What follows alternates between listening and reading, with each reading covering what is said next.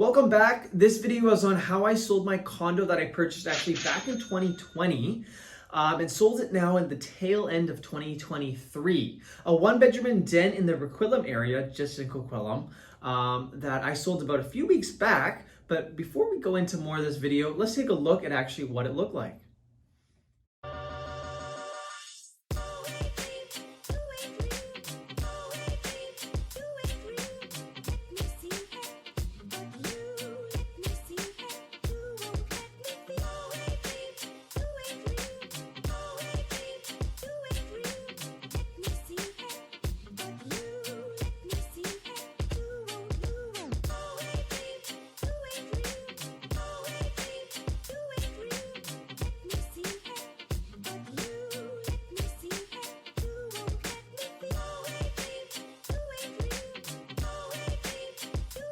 So that was the condo that I sold a few weeks ago, but we're gonna actually talk about how we got there. How do we get from purchasing this thing to selling this thing?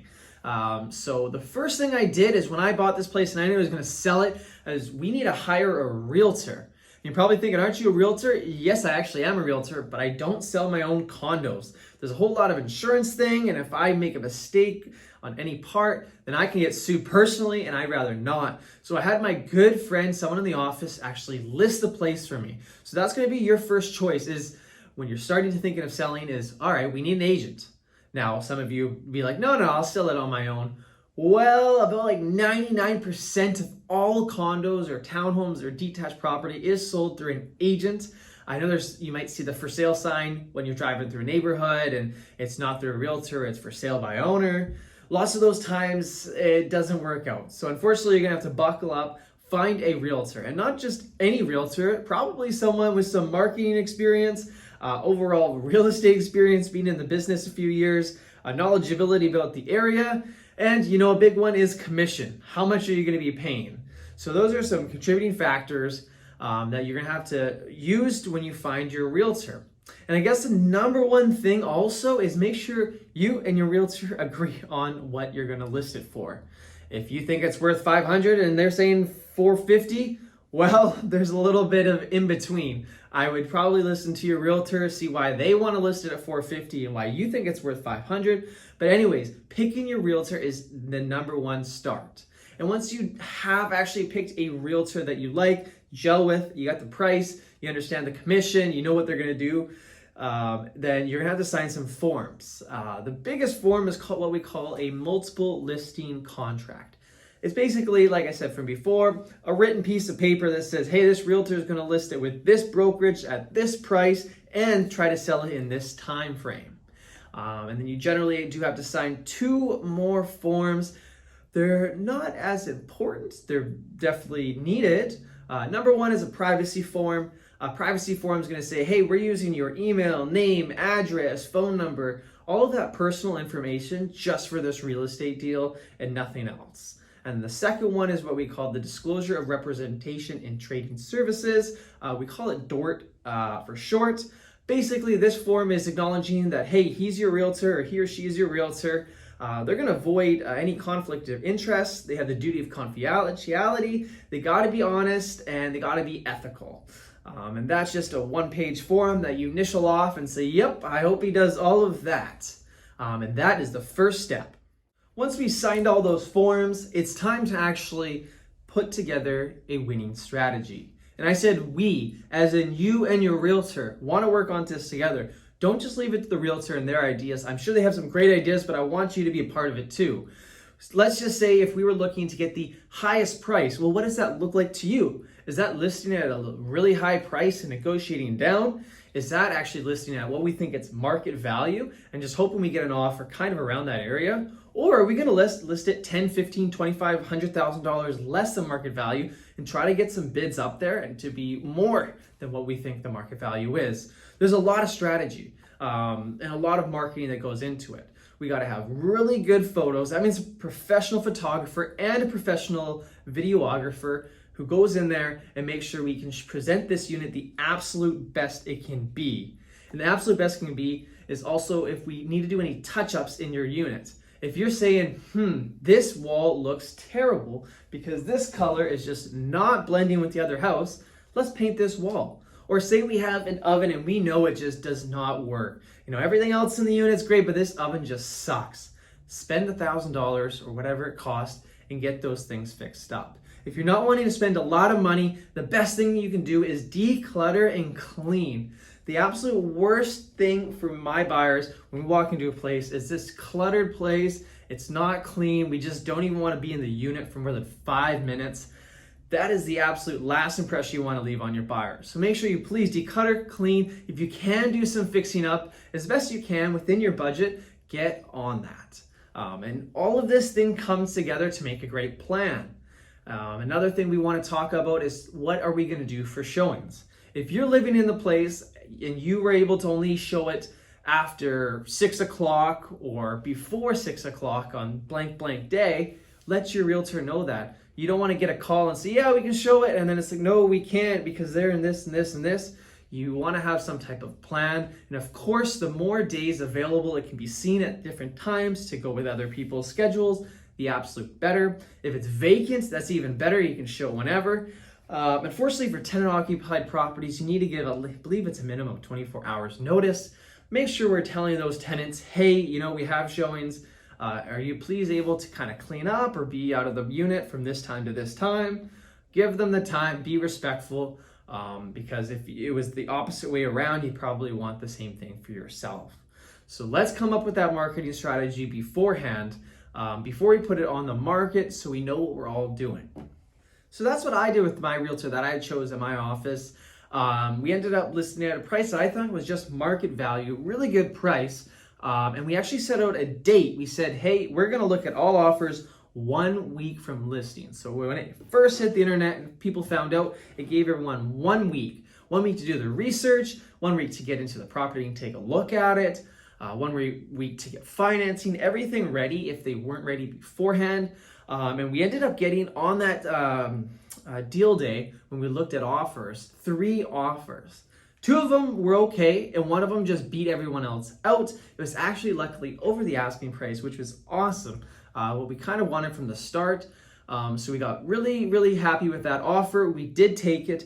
We gave the buyer 1 week to do their subjects. We double checked that they got their financing in place. They did do an inspection, even though it was a brand spanking new unit. And they actually found some things that just need a little bit of fixing, and we got those repairs done. Yes, even for brand new pre-sales or resales that are new buildings, there can be things that the developer messes up on, so make sure you understand that. But that was all gravy, and we got the subjects removed. Now, depending on what market you're in, your unit might sell quick as mine in a week, maybe quicker, but sometimes it actually might take longer. The average day it takes to sell a property in the Vancouver area is anywhere between 2 weeks and a month. And that's for properties that are actually priced correctly. So if you're, listing for something higher, it could take you 2-3 months. It might not sell at that price that you want. So knowing what your goal is from the start is super important. If you're saying, hey, I want to move to Calgary, or I'm moving closer to my work, and I have a time frame, putting it at the higher price might not be the best way to go about it because it might take longer than you think.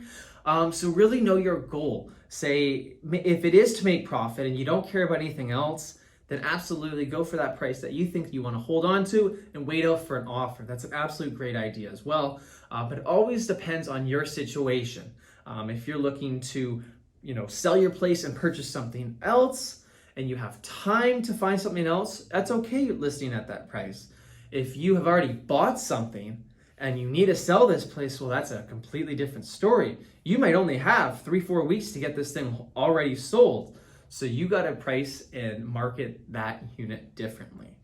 But back to my story is what we did is we got a lawyer after that. We made sure everything was all zanned and professional. Like I said, dot the I's, cross the T's, have those lawyers look into the contract, make sure there's nothing that the realtors are missing, anything like that.